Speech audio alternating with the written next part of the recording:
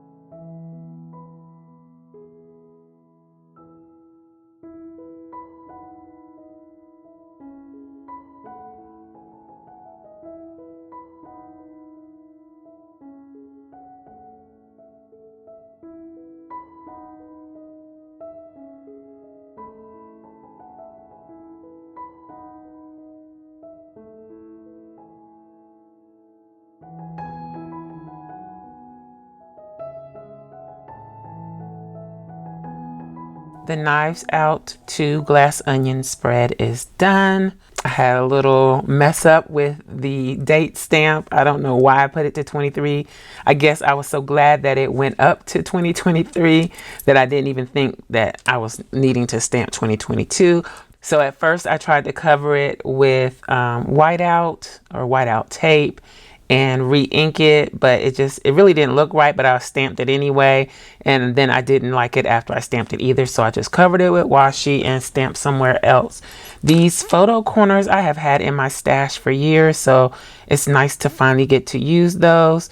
The die cut frame is, I think I got a set of frames from Tuesday Morning a while ago, and I cut them out just testing them to see how they worked. So I just pulled that out of my stash. And I mentioned that this is a die cut, I think, that I got from Amazon. If I can find it on Amazon still, I will link it in the description box below. And then this film strip is a SVG cut file that is available at Journal Life's Journeys Etsy shop. I just happened to find this corner stamp in the drawer and decided to use it. I used the Versa Magic inks. I used for the blues, the blue-green colors. And I used Tim Holtz Distress Oxide in Antique Linen and a little Vintage Photo Distress ink just to give it some depth.